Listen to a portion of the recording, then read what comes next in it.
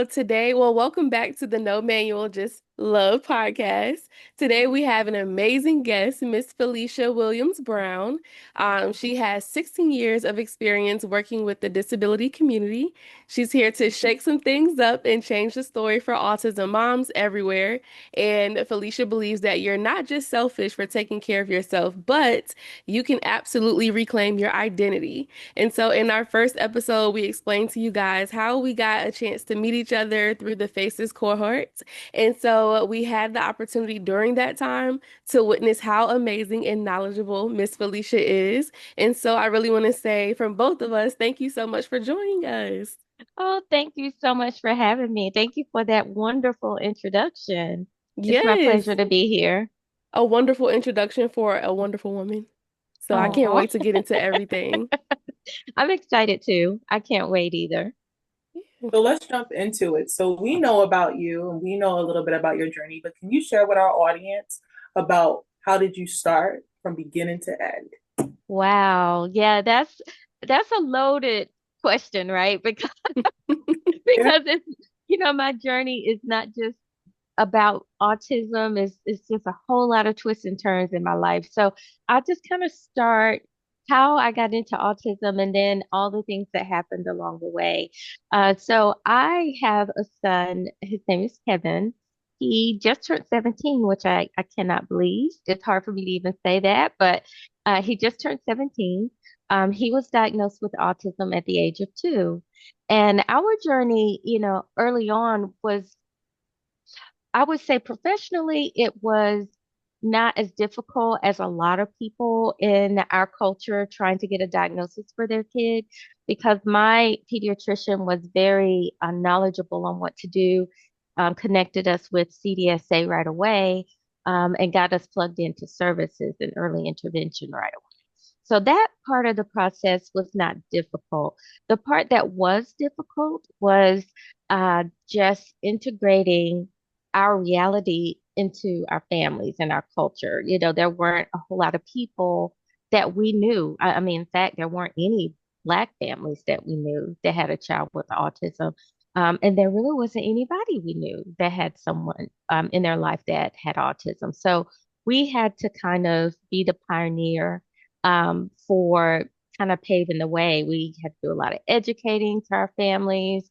We had to um, kind of do those challenging things of learning about what our autonomy is and what our voice was. It took us a while to get to that space because, at first you kind of defer to the experts and you're like, okay, this is what they're saying. And so we just need to do that. And then you realize, wait a minute, we know probably more about what will work for our son than what you're suggesting. But it took us a while to get there. And then, of course, we had our experiences of unprofessional professionals that we worked with who said some horrendous things and did some horrendous things. But I can also say for the most part, we were able to collect friends along the way. So I say this all the time on my Facebook. My Facebook family is full of people from my children's birth and the way they've connected with us along the way. So, from doulas to teachers to specialists, they're all our friends, and they keep up with us, and we keep up with them. And so, our autistic journey has been, one of those that we've just kind of had to carve our way and find our way. And that kind of opened the door for me to get connected to this world professionally. Because as you start being in those circles and talking to families and talking to people and advocating for your child and then sharing with other people because you all know it's not a clear-cut way to get information that you need. And so it's like Not at as soon as all. you know, you're like, oh my gosh, I have to tell everybody I know. And so Yeah. I was that person that's like, okay, make sure you do this and make sure you do that. And then before long, you start running into circles and I was offered a job. I was working with an MCO, which is a managed care organization that manages Medicaid for individuals with substance use disorders or IDD, those sorts of things. And so that kind of got me closer to the world of the professional side of working with the autism community. But then it wasn't until I got connected with the Autism Society that I was kind of given this platform to do a lot of things for them, which I love. Right now, I still work with them. I'm a community engagement specialist and educator. And my job is like a unicorn because it really was not a job that existed before I came along. Like it was like, let's look at your skill sets and let's create this position for you, which was a blessing. So with that position, I get to help families navigate service systems. I get to educate them about autism. I get to work closely with caregivers and train them, have workshops with them. And I also get to train the staff. There's a lot of mental health things that I do. And so, given that component, sharing that with them. Yeah, so professionally with the Autism Society, I do quite a bit. But I realized even in that world, there was a whole lot that wasn't touched on. And that's what gave me the idea to start my LLC, Pioneering Change Consulting. Now, before I go into that, and I told you this is a loaded question, so but before I go into that, I will say that in my personal life, on my personal journey, I have been a person who I married young, at 19. My husband was 20. We were Wow. married 25 years. We had our ups and downs. We didn't think we could have children. And so we adopted. So I had adopted children, two adopted boys. One of them passed away suddenly at the age of 6, which totally turned my world upside down. And then afterwards, I got pregnant. And, and it was like, okay. And so that's when I had Kev. I had a couple of miscarriages. But afterwards, Kev came along. And then Olivia came, and she was the total surprise because I thought when Kevin came, like, okay, this is our miracle baby. Didn't think, I didn't think it was going to happen again. And she was just like a total surprise. So nonetheless, we had to deal with a lot of losses and a lot of therapeutic parenting, when you're adopting children, and that sort of thing. And then my husband, he became ill. This was like around the time of COVID. He didn't die from COVID. It was actually a very, I would say a very unusual way to pass away. He fell asleep, hit his head, had to rush him to the hospital, had emergency surgery. I was in the hospital with him for 2 months. And then finally, we had to say our goodbyes. And I remember thinking, okay, how is this going to affect my son? I already knew how hard it would be for all of us, but I just wondered with him, how was he processing this? Like, am I doing a good job with helping him with that? And so navigating this world by yourself as a widow, having a special needs child. Then you go to that whole thing of dating. And I was like, oh my gosh, like I married my husband when I was 19. Everything is Right. different now. And so I was Yeah. like, I even remember praying to God and I was saying, okay, you've given me this desire for companionship again, which I never thought would happen. But then I was terrified, like, okay, I have this unique situation. I don't know what's out there. I don't go to clubs. I don't do that kind of stuff. And how am I going to meet someone? Like, it was like I was terrified. And I remembered I actually had two coworkers that met their loved ones on eHarmony. And I mean, and they married them and they had a successful. And so I said, well, if I'm going to do that, I'll try it this way. And I would say within 3 weeks is when I met my husband now. And it's crazy because he was like, I was done. I wasn't even going to try to get on there. And he said, something just told me, okay, let's try it now. And he actually reached out to me. And at the time he was living in Arizona and I saw him, but I was like, I'm not moving to Arizona. So I just didn't think it. I know that's right. It's hot over there. But he reached out to me and I was like, well, okay. And so we've talked and we have just talked ever since. Like he has been so amazing with navigating, becoming a special needs dad and not being a special needs dad before, but also navigating, marrying a widow that's been married 25 years Yeah.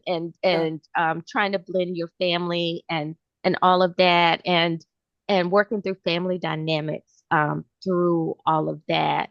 And so I would say my life has kind of opened up the door for me to actually go back and pull other people up who might be walking the same shoes. There are not a lot of spaces for autism moms because at one time, my whole life was my child and worried about him and making sure I was doing all the things. And then sometimes you look up and you're looking in the mirror and you're like, wait, I haven't even looked at myself in 5 months. Like I haven't like you look at yourself, but you don't really look at yourself. You Yeah. lose connection with who you are, thinking about everybody else, worrying about everybody else. You put yourself last. And it's almost like a badge. It becomes a badge of honor, like being the autism mom. But it's like you are so much more than that. Like you were a whole person Yeah. Mhm. before you knew about autism. And so, what I like to do is try to help women to reconnect with who they are and realize that they can be both. You can be an outstanding autism mom, but you can still write that book or finish that degree or go on vacation or do something with your friends. Like do something you like. Um, Feed what feeds your soul, what feeds you. And there aren't a lot of spaces that give autism moms permission to do that. Like we go and we talk to professionals and they're talking to us and giving us information about our kid, but it's like we're not even there. It's like, Mhm. wait, like or and so it's expected for you to do these things and no one is even considering you. And we don't even consider ourselves. And so what my business does is really help women to get back in touch with themselves as autism moms. I also realized as a former widow, that's remarried, that there are a lot of spaces for widows, but there aren't a lot of spaces for remarried widows. And Mm. remarried widows, it is a whole nother component of things that you deal with. Like I said, that piece of blending families, that piece of bringing in a partner that might have to assimilate to things they're not familiar with, such as being a special needs parent Yeah. and so forth. And then another component of what my business covered are, spiritual women. And I say spiritual women because, spirituality means a lot of things to a lot of us. And we haven't been given permission to explore what that means to us. We've been told what it should be. A lot of it is passed down for family traditions. But there are a lot of women who feel a calling and they are terrified to explore. And what my space does is allow them to explore without stigma, without judgment, without feeling like they are stepping into some sinful world, so to speak. And so my business focus on those three women, and all of those are avenues that I have walked myself. And so yeah, that's it in a nutshell, even though I feel like I went on and on about it, but yeah. No, that Oh, was that was great. Yeah, great. I love that you touched on your business as well as being able to build a village throughout, not just with your son being diagnosed with autism, but also with creating your business so that you can kind of build a village for other women who are dealing with some of the same things that you've gone through. And so. With that being said, what does redefining the narrative mean for autism moms, and as well as your services that you do provide? How does that Hmm. help? Oh, look at that cute one. Okay, so to I'm answer, gonna turn my I camera off while love you're answering that really quick. it. So okay, you said, I'm sorry, I got distracted by by the little one. Can you repeat that question for me again? Sure, sure, sure. So she says, what does redefining a narrative mean to you? It means everything to me because I think more than anything, we just need to be given permission. Yeah. And then I think we also need to be reminded because we forget. It's only when, we start looking burned out or, our light is not as bright that maybe somebody will say, hey, girl, you all right? Or what's going on with you? But, if we look like we're okay, people are not going to check in on you. They're not going to ask you, well, when's the last time you did something that you liked? Or they're not going to ask you, well, what's keeping you up at night? Like, so and so look like he's doing good, but what's keeping you up at night? And I think we need to create spaces where we're encouraging each other, to stay connected with ourselves. That's where our source of power is. And when we are strong, we are dynamite as caregivers.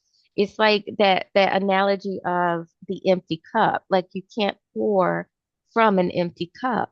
Well, feeding your whole self helps you to show up in a full way for those that you love and those that you care for. And so changing that narrative is so important. The way my business helps with that, we have three branches with my business. One is Pioneer Knowledge, and that's an educational branch. So there we have online self-paced courses that actually helps autism mom, reconnect with themselves. Some people have forgotten what they like. They've forgotten, who they are. And so these courses kind of help them to reconnect with who they are, to find and also to find out who they are today because we change. Like Felicia last month is not the Felicia today. And so it also helps them to really get in tune and connected with who they are. And then from there, it helps them to branch out and actually put action into that. There are opportunities to be a part of a support group. And that's the second branch of my business, where there's an online community where women like this can go and share and talk and ask questions. It is a community that is specifically for them. There's no stigma, there's no shame, raw honesty. And then the last component of my business, which is Earth in Essence healing arts, that part of now that is something that actually is really very, very dear to me because it offers that one-on-one specialized support. So if you need coaching, if you need um, spiritual, intuitive like connection, like if you're needing to just have someone to help you connect with your inner self, through these sessions, you can do that. And then really truly from there, it's just a community really that continues to give. If you come in on the spiritual side, you can connect through the support groups and then take the courses for areas that interest you. So there are courses for all three of these women, and there's a way for them all to interconnect with the branches that I offer um, at Pioneer and Change. I am just so like, I am so in awe. Like, I can't questions. I'm like sitting here, I'm like, keep talking, like, give me more. I'm like, questions. Like, I can't function, I can't even focus. I'm like, God. Yeah, it's so needed. Like it's just not enough spaces like that Yeah. for these types of women. And I just feel like, why not? Like, why not create this space?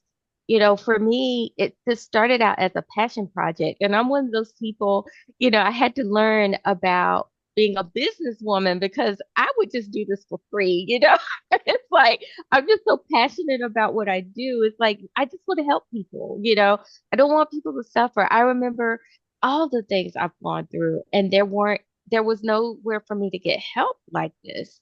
If I needed help with something autism related, I could get tons of support thank goodness because of the advocacy that's happened over the years for my son. But when it came to like those intricacies for myself, like when I was concerned about dating, I could think of many single autism moms who worry about dating, Hmm. and bringing that component together for them, you know. There just aren't a whole lot of spaces for that. And I'm like, why not? We just need to do it. We just need to get on with it. So that's what I'm about. Let's do Yeah. it. Let's get on with it. So, can you give me an example of what services that you have that helps autism moms? Absolutely. So, as I stated before, we do have online self-paced courses that moms can take. It deals with some of those limiting beliefs that we kind of adopt as autism moms, like, I can't allow my child to be cared for by someone else. They can't do it like me. And so therefore I can't go to school and I can't take that vacation. Um, or some of those challenges of delegating. Like we become such perfectionists, as moms, because we figured it out, we know how they like it and how they want it. And so we have a hard time delegating. But in order for us to expand as a whole person, we really have to learn how to delegate. And so we talk about that. We also talk about boundaries and setting those boundaries because in order to expand, you have to know where you end and where another person begins. You have to know what you want and what you will not tolerate. And you have to be a person that's willing to speak up about that if you are truly going to grow and expand in yourself. So we talk about things like that in the training. We also, as I said before, have a support group, and then there's opportunity for them once they finish the trainings, if they want to be like a facilitator or if they want to lead the group, there's opportunity for them there to do that. We also will be offering workshops and events. I hope one day to have like a retreat that we can all get together and yes, ma'am. So that's in the works down the line. But yeah, and so those are the kind of things, that I see. That's the vision that I have for what we do. Yeah. I'm so happy that you were able to share a lot of information about your business. And I'm really excited to actually, like Sky said, experience some of the things myself. Like I'm hearing the things that you're saying, and it just really sounds amazing. And so I know that you have an upcoming relaunch on October 15th, right?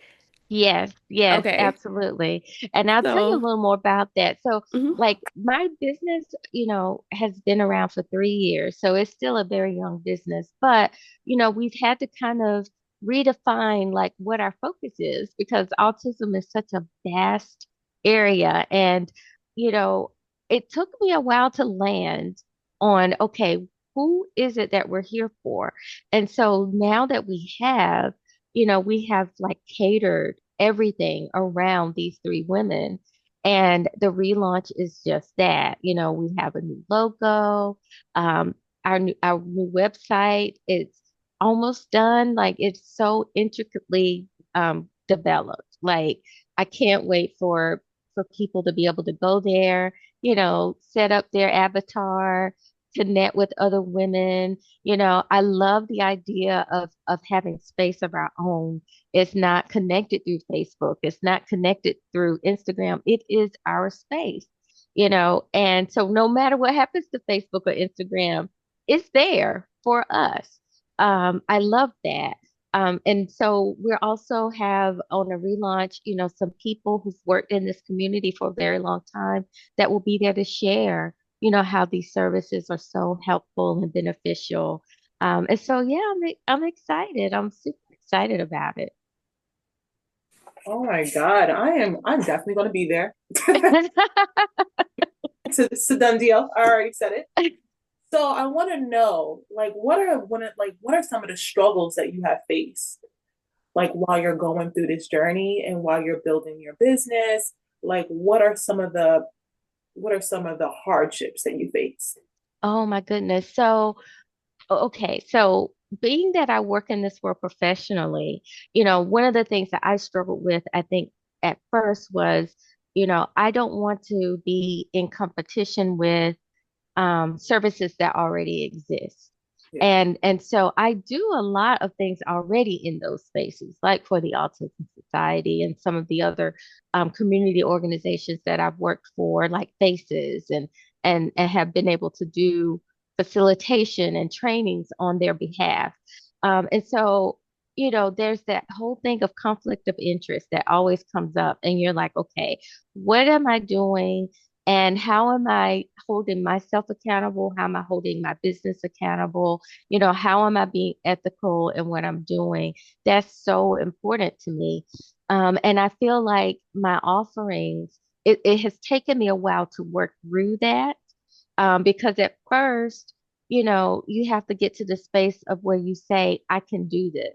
Like, I really can do, I so can do this. Why am I not doing this? So you work through those things yourself, but then you have this area where you're like now looking at the world that you're entering into, and you're saying to yourself, okay, how do I create that space for myself and be able to stand tall in it? Not feel like a little itty bitty grasshopper, but actually be a giant like everyone else. And so I've had to work through those things. It's been a lot of internal work, but then I've also realized that I have to ask for help. Like sometimes you're so passionate about something and you're like, I'm just going to do it myself. I'm just going to do it. I'm just going to do it.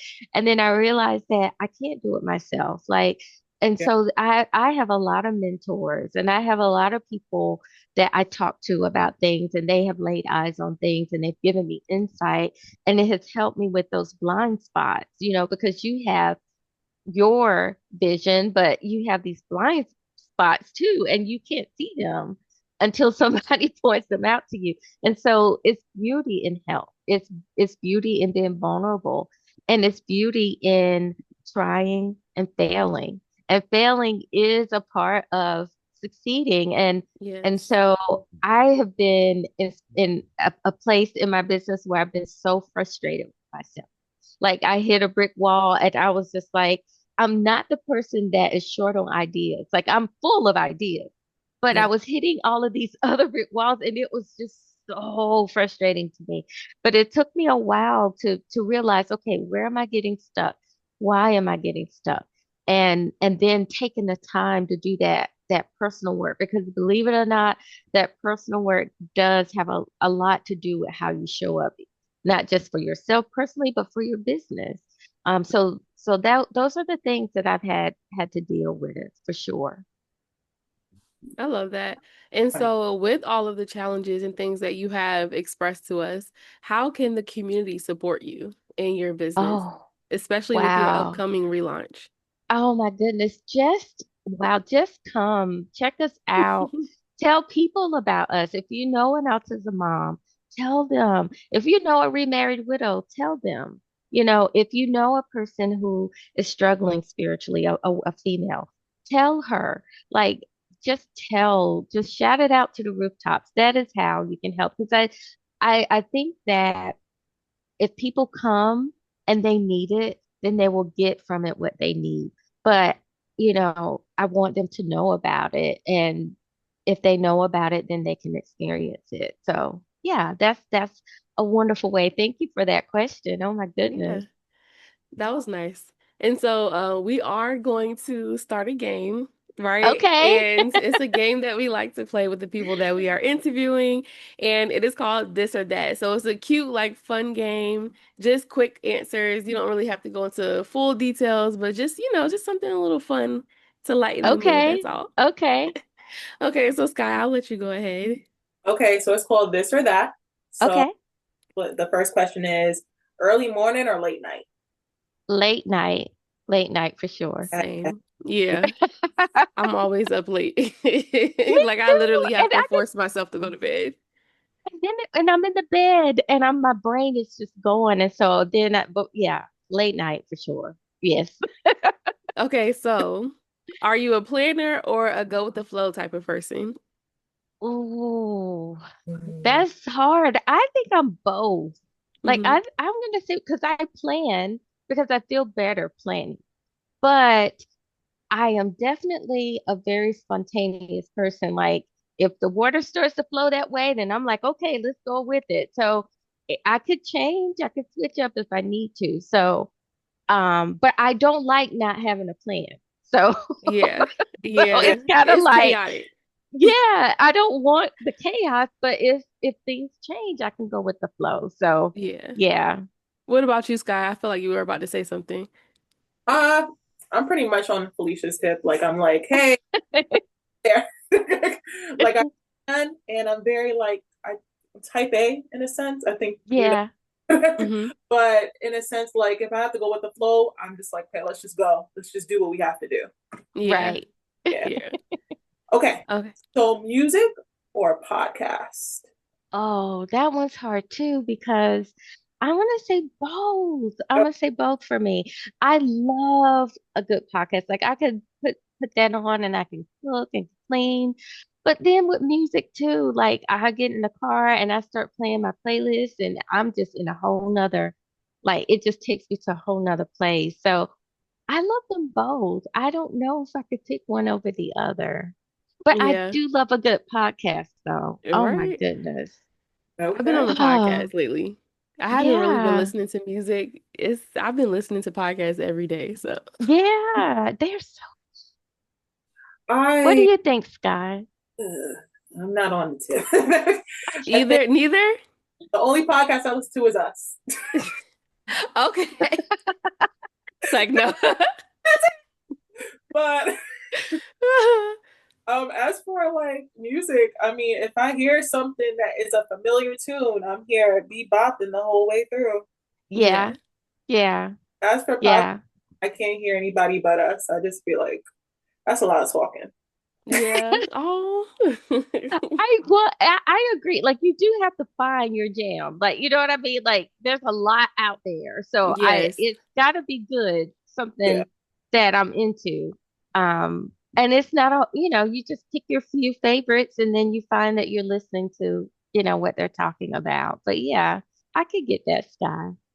Yeah. All right. So, are you more of a Netflix binge type of person, or would you prefer to go to the movies? I am a Netflix binge type of person for sure. Yes. Oh my Same. gosh. Oh my gosh. Y'all, me and my husband, we are so bad that we have a projector in our bedroom with Ooh, a huge screen that yeah. yes, and we just Oh my binge out on You know Netflix what? stuff. I gosh. I'm telling you, I bought one. see, I'm telling Yes. you, it's everything. I I, bought one for us to use outside though, like to put I have like the projector thing screen to put on like the garage or whatever Mm-hmm. to just like at night to kind of do like a little like movie night outside. Just I don't know, something different. Mm-hmm. that's cute. Wait, so what are you guys binging? Because it sounds like we're all Netflix binge watchers. Oh my gosh. Well, what I watched lately, I can't remember then. It was the catfish, the high school catfish late. I have not watched that one yet with the mom. Oh Oh, Oh my my gosh. God. I noticed I was seeing like people talk about there's this like picture of her crying, but I had no idea that this series was about that. So I didn't even Yeah, put the two together until I watched it. And I was like, oh y'all, that's all I can say is if you haven't it's a watched it, crazy watch story. it. It is. It is. Yes, I did not see it coming for sure. It blew my mind for sure. Yes. God. What are Oh, you binging, Sky? um, so I hate like Netflix is doing a new thing where they give you half of a season, which I don't like Oh, I Yes. hate Uh, that. because you lose the momentum. right. You lose it. You're not really that interested. So I was watching Wednesday, which I'm Okay. kind of at the edge of my seat. But then after a while, I'm like, I'm so tired. Like, why did this take so long? And Yeah. I usually watch the old stuff. So like they make fun of me all the time. My family makes fun of me all the time. But I watch like Different World Okay, and yes. Harvey Show and like stuff like that. I like very upbeat stuff. And if it's not, Yes. I like stuff that's kind of like on your edge of your seat. More like a thrill, not a scare. I don't like Yes. scary. Yeah. Yeah. I don't like Yeah. scary stuff Yeah. either. But Yeah. I agree. Wednesday, I'm surprised I haven't finished it yet. Like, I really liked it, but the first season came out like 2 years ago.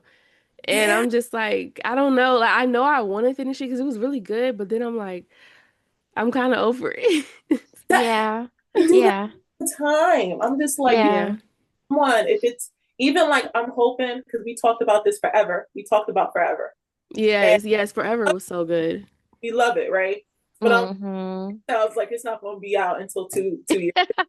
Right. I Well, hope and not. then, and what happens is you have to, because what my husband and I always have to do, we have to go back and watch like the last few episodes just so Hmm. that we can be recentered in the new stuff. Because to Yeah. your point, it takes forever for them to bring stuff back out again. And you're like, I know I saw this, but I don't remember, you Right. know. I've Yeah. been binging Scandal all over. Like, I don't know if you Yes, guys watched Scandal Oh, when it first came out, yes, yes, but I was in college then, and I just remember everybody being on Twitter and that's like live tweeting the episodes. Like, it just brung back a lot of yes, nostalgia. But I've been yes. rewatching it. I didn't realize it was like 7 seasons. I know. I no, know. it's good. Scandal Wow. Olivia was a mess. Olivia and Vince Yes. were a hot mess. Hot, Yes. hot. Yes. Yes. Now that I'm grown, I'm like, oh, this was not cute. All this yelling you doing? What for? Okay, okay. Okay. We got one last one. So cook Okay. or takeout? Cook or take out? I love cooking. I Mhm. do. Like cooking for me is like one of those stress relievers. As long as everybody's out of the kitchen and I can like have my podcast on or I'm listening to something, watching something while I cook, I actually enjoy cooking. So I'm gonna say cooking, but I do rely on my takeout too. Like if I'm tired, if Mhm. it's been one of those kind of weeks.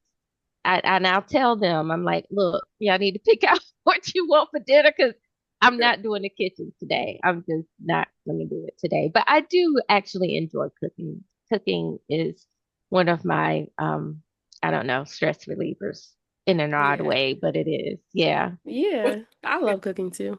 Go ahead. No, I was asking Felicia, what's your favorite thing to cook? Oh my gosh, I love to cook. I'm an adventurous cook. So I'm that person that is like, I see there's this recipe and I'm like, oh, I want to try that. And so I'm always mixing in some new surprises. But I would say probably my go-to is what typical families eat, like spaghetti or tacos. And then I love cooking soul food. Like I grew up on a farm in the country. So I always try to cook things that reminds me of my grandma's cooking. But I will say I cannot bake. So I could do cornbread, I could do breads, but I can't do cakes at all.